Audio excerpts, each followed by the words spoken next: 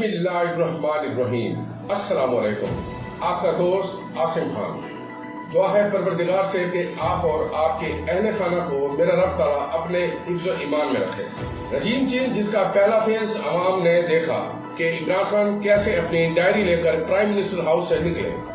अब ये रजीम चेंज चलता हुआ अपनी साख को बदलता हुआ वो स्क्रिप्ट जो रजीम चेंज का इंटरनेशनल एस्टेब्लिशमेंट ने लिखा था और उस लिखे खत को इमरान खान ने हवा में लहराया और अवाम को दिखाया।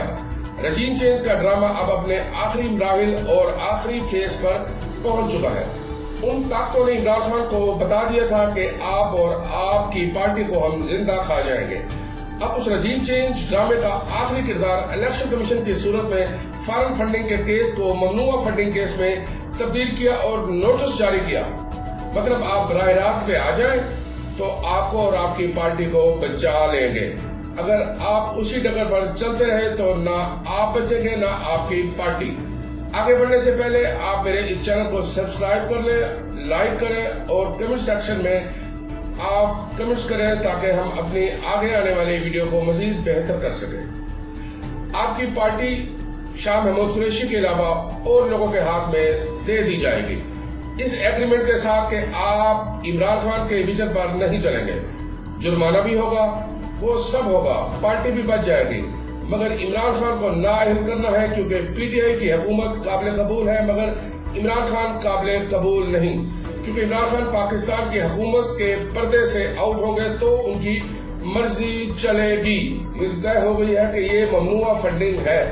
जो मुस्लिम लीग नवाज उम्मीदें लगाए बैठे थे, फिलहाल उन्हें झटका लगा है। मगर देखेंगे कि अब आने वाले वक्त में जो ममनुआ फंडिंग केस के फैसले पर और उसके असरात पाकिस्तान पर और पीटीआई पर क्या पड़ते हैं। जैसा कि पीटीआई को इलेक्शन कमीशन की तरफ से नोटिस जारी हुआ और साथ ही ये गेंद हुकूमत के कोर्ट में डाल दी गई है। ये वाला फैसला आया है, इसको 15 दिन के अंदर सुप्रीम कोर्ट को रेफरेंस भेज सकते हैं कि इस सियासी जमात को बैन किया जाए। इस फैसले में जो सर्टिफिकेट इमरान खान की तरफ से जारी हुए हैं वो गलत और बोगस है। सिर्फ इस लाइन पर इमरान खान के मुखालफिन इसको आर्टिकल 62 और 63 के तहत नाअहल करवाने की कोशिश करेंगे।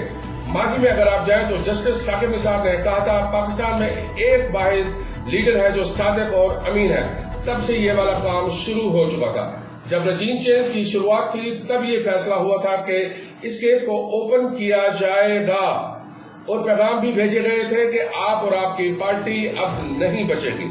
हाँ, एक सवाल अहम है कि फंडिंग केस के हवाले से ना मुस्लिम लीग नून से, पीपल्स पार्टी से और ना ही JUI से फंडिंग के जो उन पर है उनसे क्यों सवाल नहीं पूछे जा रहे हैं।